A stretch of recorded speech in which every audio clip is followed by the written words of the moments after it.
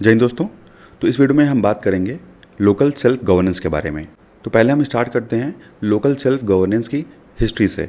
तो हमको वैदिक टाइम पीरियड पे देखने को मिलता है कि उस टाइम पीरियड पे ग्रामीणी हुआ करते थे। ग्रामीणी यानी कि जो उस टाइम के विलेज के हेड हुआ करते थे उनको ग्रामीणी बोलते थे।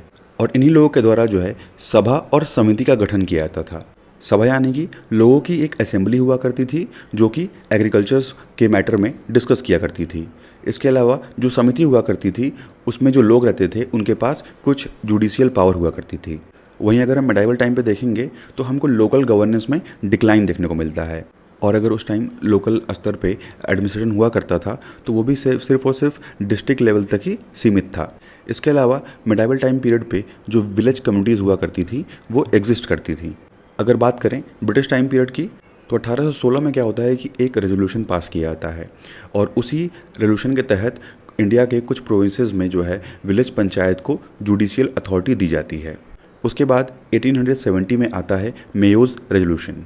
और इस रेजोल्यूशन के तहत क्या किया जाता है कि जो लोकल इंस्टीट्यूशंस थे उनके डेवलपमेंट के लिए उनको कुछ पावर और रिस्पॉन्सिबिलिटी दे दी जाती है। और इसी टाइम पीरियड पे 1870 में बंगाल विलेज चौकीदारी एक्ट आता है और ये एक्ट डिस्ट्रिक्ट मजिस्ट्रेट को पावर देता है कि डिस्ट्रिक्ट मजिस्ट्रेट जो हैं वो विलेज स्तर पे विलेज पंचायत को क्रिएट कर सकते हैं। इसके अलावा लॉर्ड रिपन के द्वारा भी एक रेजोल्यूशन जो है पास किया जाता है लोकल सेल्फ गवर्नमेंट के संबंध में। उसके बाद 1909 में मॉर्ले मिंटो रिफॉर्म आता है और इस रिफॉर्म के तहत क्या किया जाता है कि उस टाइम एक रॉयल कमीशन बनाया गया था डिसेंट्रलाइजेशन के ऊपर। और इस रॉयल कमीशन ने जो है रिकमेंड किया था कि लोकल स्तर पे यानी लोकल सेल्फ गवर्नमेंट में अब हमको इलेक्शन प्रोसेस को इंट्रोड्यूस करना चाहिए। तो मॉर्ले मिंटो रिफॉर्म से इसी चीज़ को जो है लोकल सेल्फ गवर्नमेंट में इंट्रोड्यूस किया जाता है, यानी कि अब जो है लोकल सेल्फ गवर्नमेंट में इलेक्शन प्रोसेस को इंट्रोड्यूस किया जाता है। याद रखिएगा कि लोकल सेल्फ गवर्नमेंट में सबसे पहले इलेक्शन प्रोसेस कब इंट्रोड्यूस किया गया, तो मॉर्ले मिंटो रिफॉर्म के थ्रू इंट्रोड्यूस किया गया। और जिस कमीशन ने रिकमेंड किया था उसका नाम था रॉयल कमीशन ऑन डिसेंट्रलाइजेशन। उसके बाद 1919 में आता है मॉन्टे चेम्सफोर्ड रिफॉर्म। और मॉन्टे चेम्सफोर्ड रिफॉर्म जो है वो डायाकी इंट्रोड्यूस करता है। डायाकी यानी कि द्वैध शासन यानी कि डुअल रूल। और इसके तहत क्या किया जाता है कि जो लोकल सेल्फ गवर्नमेंट की रिस्पॉन्सिबिलिटी होती है वो एक मिनिस्टर को दे दी जाती है। अब बात करते हैं कि इंडिपेंडेंस के बाद हमको क्या चेंज देखने को मिलते हैं।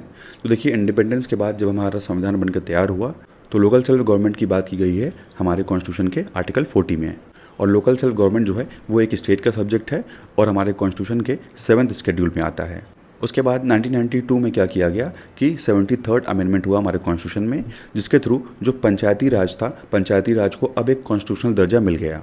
यानी कि पंचायत तो हमारे यहाँ बहुत पहले से है, लेकिन जो एक संवैधानिक दर्जा है, कॉन्स्टिट्यूशनल स्टेटस है, वो 73rd अमेंडमेंट के थ्रू मिला, जो कि हुआ 1992 में।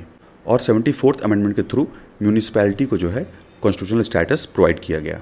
देखिए, लोकल सेल्फ गवर्नेंस को लेकर के कई कमिटीज़ जो हैं टाइम टू टाइम बनाई गई हैं। तो 1957 में बनाया गया बलवंत राय मेहता कमेटी। और बलवंत राय मेहता कमेटी ने एक 3 टायर सिस्टम को रिकमेंड किया। तो 3 टायर सिस्टम को इंट्रोड्यूस किया था बलवंत राय मेहता कमेटी ने और इस कमेटी का गठन किया गया था 1957 को। और इस कमेटी ने कहा कि जो मेंबर्स होंगे वो डायरेक्टली इलेक्टेड होंगे, उनको लोगों के द्वारा डायरेक्टली चुना जाएगा। और इस चीज़ को इम्प्लीमेंट करने वाला पहला स्टेट इंडिया का बना राजस्थान। तो राजस्थान पहला स्टेट बन गया पंचायती राज को इस्टेब्लिश करने वाला। और 2 अक्टूबर 1959 को जवाहरलाल नेहरू के द्वारा जो है नागौर डिस्ट्रिक्ट में पंचायती राज को इस्टेब्लिश किया गया राजस्थान में। उसके बाद अगली कमेटी है अशोक मेहता कमेटी और इसका फॉर्मेशन किया गया 1977 में। और इसके द्वारा रिकमेंड किया गया कि जो 3 टायर वाला सिस्टम है उसको 2 टायर के सिस्टम से रिप्लेस कर दिया जाना चाहिए। यानी कि अब जो है जिला परिषद काम करेगी डिस्ट्रिक्ट लेवल पे और जिला परिषद के नीचे आएगा मंडल पंचायत। उसके बाद 1985 में GVK राव कमेटी बनाई गई और इस कमेटी ने रिकमेंड किया कि डिस्ट्रिक्ट कलेक्टर का जो रोल है उसको कम कर दिया जाना चाहिए और एक नया पोस्ट बनाना चाहिए जिसका नाम होगा डिस्ट्रिक्ट डेवलपमेंट कमिश्नर। उसके बाद 1986 में LM सिंघवी कमेटी बनाई गई और इस कमेटी ने सजेस्ट किया कि जो पंचायत और म्यूनसिपैलिटी हैं उनको कॉन्स्टिट्यूशनल स्टेटस दिया जाना चाहिए। और इसी की वजह से 73rd अमेंडमेंट किया गया और पंचायत को संवैधानिक दर्जा दिया गया और 74th अमेंडमेंट के थ्रू जो है म्यूनसिपैलिटी को संवैधानिक दर्जा दिया गया। तो चलिए अब बात करते हैं बिहार में पंचायती राज सिस्टम की। तो देखिए, आज़ादी के बाद बिहार में जो है एक एक्ट इनेक्ट किया गया था 1947 में और इस एक्ट के थ्रू जो है पंचायती राज सिस्टम इंट्रोड्यूस किया गया बिहार में। लेकिन बाद में जब 73rd अमेंडमेंट हुआ तो बिहार सरकार के द्वारा जो है एक और एक्ट पास किया गया जिसका नाम था बिहार पंचायती राज एक्ट 1992। और बलवंत राय मेहता कमेटी ने 3 टायर सिस्टम जो है रिकमेंड किया था। तो उसी के रिकमेंडेशन को देखते हुए बिहार ने अपने यहाँ 2001 में जो है 3 टायर सिस्टम को इंट्रोड्यूस किया। और पंचायती राज सिस्टम को और मजबूत बनाने के लिए बिहार ने क्या किया कि बिहार पंचायती राज एक्ट 2006 में पास किया। अब बात करते हैं 73rd कॉन्स्टिट्यूशन अमेंडमेंट एक्ट जो कि हुआ 1992 में। तो इस संशोधन के द्वारा क्या किया गया कि जो पंचायती राज था उसको कॉन्स्टिट्यूशनल स्टेटस दिया गया, यानी कि संवैधानिक दर्जा प्रोवाइड किया गया। और क्या क्या चेंजेस हुए इससे, तो हमारे कॉन्स्टिट्यूशन में पार्ट 9 ऐड किया गया और आर्टिकल 243 से लेके 243O तक इंक्लूड किए गए। इसके अलावा हमारे कॉन्स्टिट्यूशन में 11th शेड्यूल को इंट्रोड्यूस किया गया और इसके अंदर टोटल 29 फंक्शनल एरियाज थे, यानी 29 सब्जेक्ट्स थे। और जो हमारे कॉन्स्टिट्यूशन में directive principles of state policy है उसका आर्टिकल 40 जो है वो भी विलेज पंचायत के एस्टैब्लिशमेंट की बात करता है। तो इसी DPSP को 73rd अमेंडमेंट करके जो है इम्प्लीमेंट किया गया, यानी विलेज पंचायत को जो है कॉन्स्टिट्यूशनल स्टेटस यहाँ पे प्रोवाइड किया गया। अब कुछ आर्टिकल्स देखते हैं। तो आर्टिकल 243 जो है वो पंचायती राज सिस्टम को डिफाइन करता है। 243A ग्राम सभा के बारे में है। 243B जो है वो कॉन्स्टिट्यूशन ऑफ पंचायत की बात करता है। 243C जो है वो पंचायत के कंपोजिशन की बात करता है और 243D जो है वो बात करता है पंचायत में सीट के रिजर्वेशन की। 243E पंचायत के ड्यूरेशन की बात करता है और 243F जो है मेंबर के डिस्क्वालिफिकेशन की बात करता है। 243G जो है वो पंचायत के पावर, अथॉरिटी और रिस्पॉन्सिबिलिटी के बारे में है। 243H कहता है कि पंचायत के पास ये पावर है कि पंचायत विलेज में जो है टैक्स इम्पोज कर सकती है।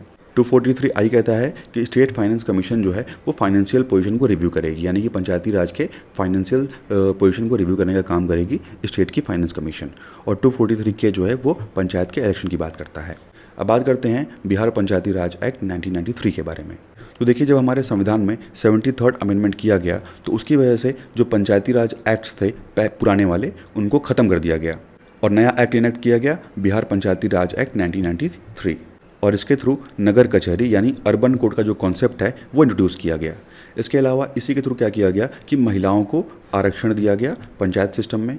शेड्यूल कास्ट को रिजर्वेशन मिला, शेड्यूल ट्राइब्स को रिजर्वेशन मिला और जो अदर बैकवर्ड क्लासेस के लोग थे उनको भी जो है रिजर्वेशन दिया गया। और इसी रिजर्वेशन के विरोध में जो है कई पिटिशंस जो है कोर्ट में फाइल किए गए। ठीक है, तो पटना के हाई कोर्ट में जो है कई पिटिशंस इस रिजर्वेशन के अगेंस्ट में फाइल किए गए और पटना हाई कोर्ट ने रूल किया कि जो भी रिजर्वेशन की लिमिट है वो 50% से ऊपर नहीं जानी चाहिए और जो मुखिया, सरपंच, प्रमुख और अध्यक्ष की पोस्ट है इसमें कोई भी रिजर्वेशन नहीं होना चाहिए, इनको रिजर्व नहीं किया जाना चाहिए। और हाई कोर्ट के द्वारा जो ग्राम कचहरी का जो प्रोविज़न था उसको अनकॉन्स्टिट्यूशनल डिक्लेयर कर दिया गया। और इसी जजमेंट की वजह से क्या हुआ कि बिहार सरकार ने स्टेट की इलेक्शन कमीशन से रिक्वेस्ट किया 2001 में कि जो पंचायत के इलेक्शंस हैं उनको कंडक्ट किया जाए। और इस इलेक्शन में लगभग 1,37,000 जो पंचायत रिप्रेजेंटेटिव थे वो इस इलेक्शन में पार्टिसिपेट किए। उसके बाद 2005 में क्या होता है कि पंचायती राज को और स्ट्रॉन्ग करने के लिए जो है कुछ स्टेप्स लिए जाते हैं बिहार की सरकार के द्वारा। तो इसके तहत क्या किया जाता है कि वुमेन्स को 50% रिजर्वेशन प्रोवाइड किया जाता है सभी लेवल पे और जो एक्सट्रीमली बैकवर्ड क्लासेस हैं उनके लिए 20% सीट रिजर्व की जाती है। और यहाँ पर यह खास ध्यान रखा गया कि जो टोटल रिजर्वेशन है वो 50% से ऊपर ना जाए। और इसी एक्ट के आने के बाद जो पहले के पंचायती राज के एक्ट थे उनको ख़त्म किया गया और बिहार पंचायती राज एक्ट 2006 को जो है वो लागू कर दिया गया। और बिहार पंचायती राज एक्ट के अंडर जो रूरल जस्टिस एडमिनिस्ट्रेशन और जो ग्राम कचहरी था इसको जो है रिजर्वेशन के फ्रेमवर्क के अंडर लाया गया। तो देखिए, जो ये एक्ट आया था बिहार पंचायती राज एक्ट 2006, इस एक्ट के तहत जो है कहा गया कि जो पंचायती राज होगा वो 3 लेवल्स पे ऑपरेट करेगा। पहला ग्राम पंचायत जो कि विलेज लेवल के लिए होगा, दूसरा पंचायत समिति ब्लॉक लेवल के लिए और तीसरा जिला परिषद जो कि डिस्ट्रिक्ट लेवल पे काम करेगा। और इसमें 50% रिजर्वेशन दिया गया तीनों ब्लॉकों में महिलाओं को और 20% रिजर्वेशन दिया गया एक्सट्रीमली बैकवर्ड क्लासेस को। इसके अलावा SC और ST कैटेगरी के लिए भी जो है इनके पॉपुलेशन परसेंटेज के हिसाब से सीट को रिजर्व किया गया, लेकिन जो टोटल रिजर्वेशन था SC ST OBC का वो 50% से ऊपर नहीं था। और कहा गया कि जो भी इलेक्टेड पंचायती राज रिप्रेजेंटेटिव होंगे उनको जो है पब्लिक सर्वेंट ही कंसीडर किया जाएगा और जो पंचायत के इलेक्शंस होंगे उनको कंडक्ट करवाने का काम किसका होगा, तो जो स्टेट की इलेक्शन कमीशन है वो पंचायत के इलेक्शन को कंडक्ट करवाएगी। अब देखते हैं कि बिहार में पंचायती राज का स्ट्रक्चर क्या है। तो देखिए, हमारे यहाँ जिला परिषद 38 है जिसमें लगभग 1160 मेंबर्स हैं। उसके बाद ग्राम पंचायत जो है वो 8053 है जिसमें लगभग 10 लाख के ऊपर मेंबर्स हैं। उसके बाद पंचायत समिति है 533 जिसमें 11,000 प्लस मेंबर्स हैं। इसके अलावा स्टेट गवर्नमेंट के द्वारा क्या किया गया कि पंचायत में इन 29 सब्जेक्ट्स को इंक्लूड किया गया, जैसे कि एग्रीकल्चर आ गया, लैंड रिफॉर्म या सॉइल कंजर्वेशन से संबंधित मामला होगा, minor irrigation, water management, watershed development, animal husbandry, dairy, poultry, fisheries या social forestry, farm forestry, minor forest produce, small scale industries. तो ये सारे जो हैं ये स्टेट गवर्नमेंट ने क्या किया कि ये सारे सब्जेक्ट्स जो हैं ट्रांसफ़र कर दिए पंचायत को। तो एक बार आप इन सब्जेक्ट्स को एक बार ज़रूर पढ़ लीजिएगा। अब बात करते हैं ग्राम सभा की। तो देखिए जो ग्राम सभा होता है ये सबसे बड़ी बॉडी होती है पंचायती राज सिस्टम के अंडर में, और एक गांव में जितने भी रजिस्टर्ड वोटर्स हैं वो सभी ग्राम सभा के अंडर में आते हैं। और ग्राम सभा जो है वो टाइम टू टाइम मीटिंग जो है कंडक्ट करते हैं, और ये मैंडेटरी है उनके लिए कि उनको एक साल में जो है 4 मीटिंग करना है। लेकिन 2 मीटिंग के बीच का जो गैप है वो 3 महीने से अधिक नहीं होना चाहिए, यानी कि ये कंपलसरी है उनके लिए कि वो एक साल में कम से कम 4 मीटिंग करें। और जो मीटिंग है ये किसके द्वारा कंडक्ट की जाती है, तो मुखिया के द्वारा, या इसको आप विलेज हेड बोल सकते हैं। और ग्राम सभा का जो कोरम है, कोरम का मतलब हो गया कि जितने भी टोटल मेंबर्स प्रेजेंट हैं तो मिनिमम कितने मेंबर प्रेजेंट होंगे तो वो जो मीटिंग है वो कंडक्ट होगी।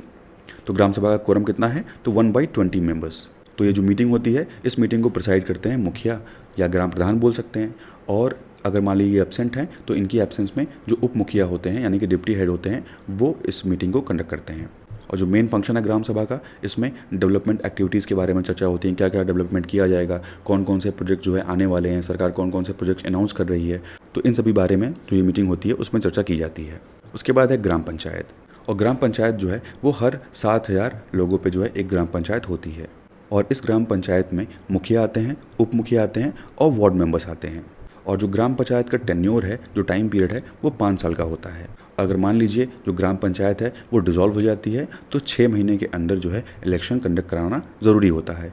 और ये काम किसका है इलेक्शन कंडक्ट कराना, तो स्टेट की इलेक्शन कमीशन का। पंचायत के जितने भी इलेक्शंस हैं वो सभी स्टेट की इलेक्शन कमीशन कराएगी। और मुखिया का जो चुनाव है वो डायरेक्ट वोटिंग के थ्रू होता है, यानी गाँव के लोग डायरेक्ट वोट करते हैं और मुखिया को चुनते हैं। और मुखिया और उप मुखिया अगर इनको रिज़ाइन करना है तो ये जो है डिस्ट्रिक्ट पंचायती राज ऑफिसर को लिख के ये रिज़ाइन कर सकते हैं। वहीं जो वार्ड मेंबर्स हैं ये किसको लिखेंगे, तो वार्ड मेंबर जो हैं ये मुखिया को लिख के रिज़ाइन कर सकते हैं। और एक बार वार्ड मेंबर्स ने रिज़ाइन कर दिया तो 7 दिन के बाद जो उनकी पोजीशन है वो खाली हो जाती है, वैकेंट हो जाती है। और जो ग्राम पंचायत का जो कोरम होता है वो half of the total members होता है, यानी जितने भी मेंबर हैं अगर 100 मेंबर्स हैं तो अगर 50% है तो इसका कोरम हो गया। अब देखिए जो मुखिया होते हैं वो डायरेक्टली इलेक्टेड होते हैं और जो उप मुखिया होते हैं ये इनडायरेक्टली इलेक्टेड होते हैं। इनको जो वार्ड मेंबर्स होते हैं वो इनडायरेक्टली इलेक्ट करते हैं उप मुखिया को। और अगर मान लीजिए 2 लोग के बीच में टाई होता है तो उस टाइम यहाँ पे लॉटरी सिस्टम का यूज़ किया जाता है। और जो वार्ड मेंबर्स होते हैं ये 500 लोगों के द्वारा जो है इनको चुना जाता है। अब बात करते हैं विलेज कोर्ट यानी ग्राम कचहरी की। तो हर ग्राम पंचायत में जो है एक ग्राम कचहरी होती है और जो भी जुडिशियल मैटर्स होंगे उनको हैंडल करने का काम करती है। और ग्राम कचहरी के हेड होते हैं सरपंच। आपको पता है कि सरपंच को जो है हम डायरेक्ट वोट करके चुनते हैं। और जो पंच के जो मेंबर्स होते हैं इनको भी हर वार्ड से जो है ग्राम पंचायत के थ्रू जो है डायरेक्ट वोटिंग करके चुना जाता है। और पंच और सरपंच ये मिलके चुनते हैं डिप्टी सरपंच। और जो डिप्टी सरपंच हैं ये इनडायरेक्ट वोटिंग के थ्रू चुने जाते हैं। इसके अलावा एक सेक्रेटरी और एक न्याय मित्र यानी कि लीगल असिस्टेंट, इनको भी अपॉइंट किया जाता है ग्राम कचहरी में ताकि ये जो है असिस्ट कर सकें जो ग्राम पंचायत के मेंबर्स हैं उनको। अब देखिए जो सरपंच और डिप्टी सरपंच हैं अगर इनको रिज़ाइन करना है तो ये अपना रिटर्न रेजिग्नेशन किसको देंगे, तो डिस्ट्रिक्ट पंचायती राज ऑफिसर को देंगे। वहीं अगर पंच के मेंबर्स को रिज़ाइन करना है तो ये जो है सरपंच को लिख करके एप्लीकेशन दे सकते हैं। अब बात करते हैं ब्लॉक लेवल काउंसिल यानी पंचायत समिति की। तो जो पंचायत समिति होती है ये ब्लॉक लेवल पे काम करती है और इसमें एक मेंबर इलेक्ट किए जाते हैं हर 5,000 लोगों के लिए। और जो इनके मेंबर्स होते हैं इनको जो है डायरेक्ट वोट करके चुना जाता है। और इलेक्शन के बाद क्या होता है कि प्रमुख यानी कि चेयरपर्सन चुने जाते हैं और उप प्रमुख चुने जाते हैं यानी कि डिप्टी चेयरपर्सन। तो देखिए जो पंचायत समिति के जो मेंबर्स हैं जब वो चुन के आ जाएंगे तो वो आपस में ही मतलब उन्हीं के बीच में चुनाव होगा और उसी में से कोई एक बनेगा प्रमुख और एक बनेगा उप प्रमुख।